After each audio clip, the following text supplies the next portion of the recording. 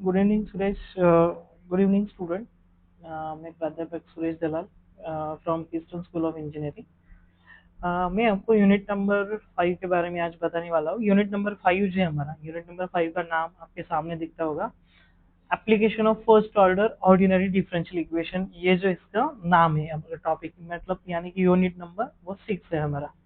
ठीक है। Unit number 6 में जो एप्लीकेशन है डिफरेंशियल इक्वेशन की, उसके बारे में आज क्वेश्चन पेपर पैटर्न जो है अपना एसपीपीओ पैटर्न, वहां पे कौन कौन से टाइप के क्वेश्चन आते हैं उसके बारे में मैं आज डिस्कस करने वाला हूँ। तो क्वेश्चन नंबर 10 और 11 यहाँ पे आपको न्यूटन्स लॉ, क्वेश्चन नंबर 10 और 11 में आपको application of first order ordinary differential equation के क्वेश्चन वहां पे आपको आ सकते हैं। ठीक है। तो सबसे पहले मतलब क्वेश्चन 10 में एक क्वेश्चन जो है आपका, एक क्वेश्चन आपको न्यूटन्स लॉ ऑफ कूलिंग वहां पे पूछा जाता है। और ये आपके सामने जो भी जितने भी क्वेश्चंस आपको दिख रहे हैं, यानी फर्स्ट क्वेश्चन हम लोग देखेंगे। A body originally at 80 degree Celsius cools to 60 degree Celsius in 20 minute, the temperature of air being 40 degree Celsius, what will be the temperature of body after 40 minutes? ठीक है, ये आपका क्वेश्चन है। यहाँ पे आपको स्टार्टिंग का जो इनिशियल टेम्परेचर है वो 80 डिग्री है, वहां से आपको 60 डिग्री होता है आफ्टर 20 मिनट। ठीक है, आफ्टर 40 मिनट टेम्परेचर क्या होगा, ये क्वेश्चन आपको यहाँ पे पूछा गया है। ठीक है, ये भी मोस्ट इंपॉर्टेंट क्वेश्चन है, आपको आप लोग इसको करके जा सकते हैं। सेम क्वेश्चन है आपका question number 2, temperature of water initially is 100 degree Celsius and up and that of surrounding is 20 degree Celsius. If water cools down to 60 degree, यानी कि आपका 100 to 60 डिग्री 20 मिनट में हो जाता है। During what will be the cool, sorry, during what time will it cools to 30 degree. मतलब यहाँ पे आपको टाइम पूछा है 30 डिग्री, मतलब 60 से 30 डिग्री होने तक टाइम कितना होगा, ये क्वेश्चन आपको यहाँ पे पूछा गया है। ठीक है, क्वेश्चन वैसे ही सेम क्वेश्चन है आपको यहाँ पर देखेंगे, क्वेश्चन 1 है, 2 है, 3 है, 4 है, 5 है। जितने भी क्वेश्चन आप सामने देख रहे हो ना, वो सभी के सभी एसपीपीयू 2020 पैटर्न जो हमारा न्यू इस साल जो आने वाला है पेपर, वहां पे आपको ये इसमें से ही एक क्वेश्चन कोई भी आ सकता है। या तो आपको टाइम पूछेंगे या तो आपको टेम्परेचर पूछने वाले हैं। ठीक है, तो मोस्ट इंपॉर्टेंट सभी जो क्वेश्चन दिख रहे हैं, तो ये सभी इंपॉर्टेंट क्वेश्चन है। इसमें से ये आप लोग अच्छे से प्रिपेयर कर सकते हो। ये अगर आपका प्रिपरेशन अगर इसका हो गया तो आपको ये क्वेश्चन आपको डेफिनेटली एक तो क्वेश्चन आपको वहां पे दिखेगा ही। कहाँ पे आएगा, क्वेश्चन नंबर 10 ए में आपको न्यूटन्स लॉ ऑफ कूलिंग जो क्वेश्चन है वो आपको वहां पे पूछा जाता है। ठीक है, न्यूटन्स लॉ ऑफ कूलिंग होने के बाद जो बी क्वेश्चन है आपका, बी में आपको आरएल और आरसी सर्किट है, यानी कि इलेक्ट्रिकल सर्किट। इलेक्ट्रिकल सर्किट में आपको दो टाइप के इलेक्ट्रिकल सर्किट है, एक तो आरएल सर्किट है, आरएल वहां पे रेजिस्टेंस और इंडक्टेंस जो है वो आपका उधर होगा वो क्वेश्चन में। और सेकंड जो टाइप है वहां पे आपको रेजिस्टेंस और कैपेसिटेंस। ठीक है, ये दो टाइप के क्वेश्चन है वहां पे, वो क्वेश्चन बी में आपको पूछा जाता है। सामने आपके क्वेश्चन दिख रहे हैं।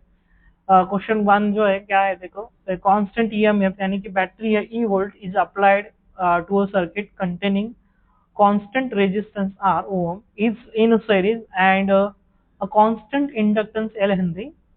The current I at time t is given by, यहाँ पे हमें करंट गिवन है L into di by dt plus Ri equal to E.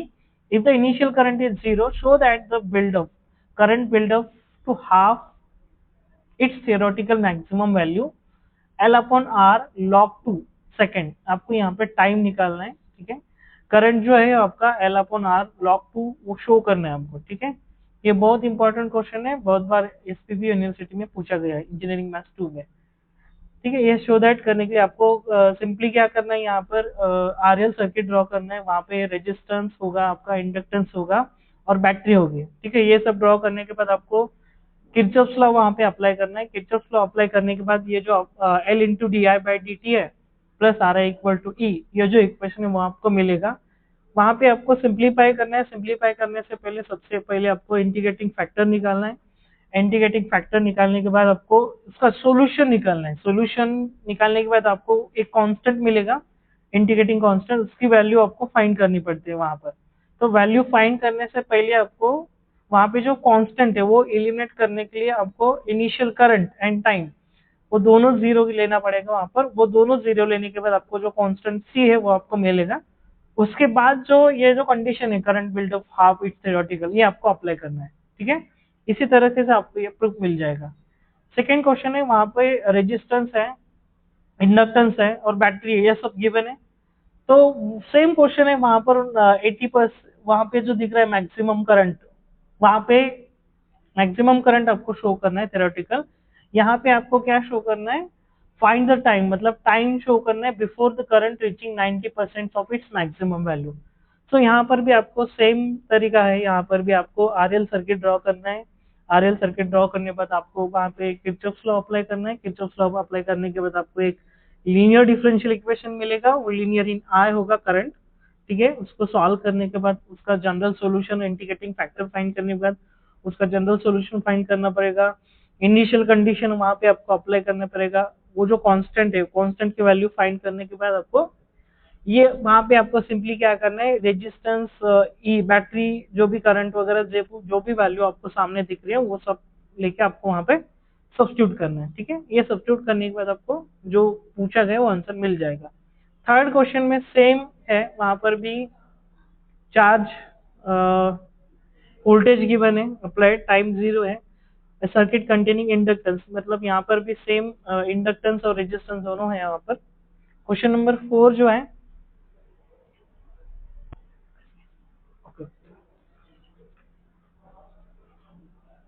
Voltage ई वहां पर आपको गिवन है। सेम तरीके से आप लोग ये भी शो कर सकते हैं। क्वेश्चन नंबर 4 वैसा ही है, मतलब यहाँ पे आपको जितने भी क्वेश्चन दिख रहे हैं ना सामने, तो सभी इंपॉर्टेंट क्वेश्चन है। इसमें से ही एक क्वेश्चन डेफिनेटली मैं 100% गारंटी देता हूँ कि इसी में से ही आपको एक क्वेश्चन डेफिनेटली आएगा। टोटल आप लोग देख रहे हो सामने, टोटल 8 क्वेश्चन है आरएल आरसी सर्किट के। आरएल 8 में से 8, जितने भी 8 क्वेश्चन मैंने यहाँ पे लिए है, वो सभी question previous year SPPU Pune university जो हमारा न्यू पैटर्न है वहां पे पूछे गए क्वेश्चन है, सभी के सभी क्वेश्चंस, ठीक है।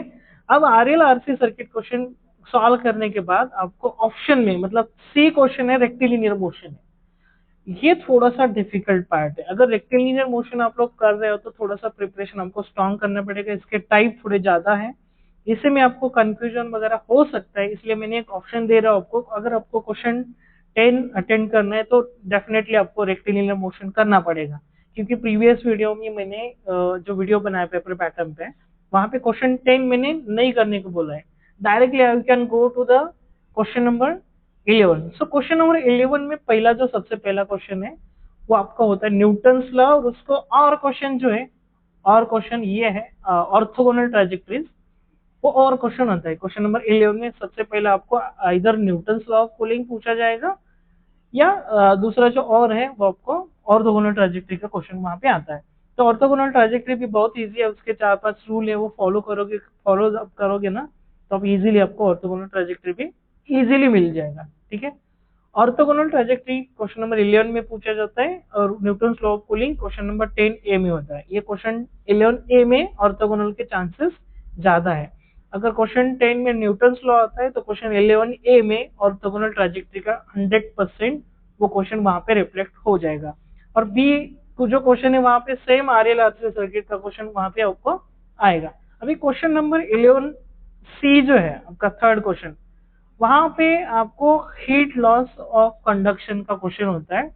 यहाँ पे आपको क्या करना है, फोरियर लॉ यूज करना है, Fourier law of heat conduction आप लोग यूज करोगे ना, तो वहां पे फोरियर पे आपके ये 5 क्वेश्चन आपके सामने जो दिख रही है, 5 में से ही एक क्वेश्चन डेफिनेटली वहां पे आपको 4 मार्क्स के लिए पूछा जाता है। हर एक क्वेश्चन, आप जितने भी क्वेश्चन पेपर पैटर्न देखोगे ना, हर एक क्वेश्चन को एक 4 मार्क्स आपको है। तो आप लोग अगर हीट लॉस कंडक्शन करें तो वो as compare to rectilinear motion, ये टॉपिक वो सबसे इजी है as compare to rectilinear motion, ठीक है। अगर आप लोग हीट फ्लो करोगे तो वो भी इजी है, बहुत इजी है, आपको सिर्फ यहाँ पे प्रॉब्लम ही बड़ा दिखेगा, एक्चुअल सॉल्यूशन आप लोग निकालेगा ना तो बहुत इजी टाइप है। तो इसका जो सॉल्यूशन है मैंने जो आपको क्लास में पढ़ाया है वहां पे आपको डायरेक्टली दिख जाएगा। ये जो हीट लॉ ऑफ कंडक्शन के जितने भी आपको 5 क्वेश्चन दिख रहे हैं, 5 में से डेफिनेटली मैं कह सकता हूँ 90% चांसेस है यही क्वेश्चन आपको एसपीपीओ यूनिवर्सिटी में पूछा जाएगा, ठीक है।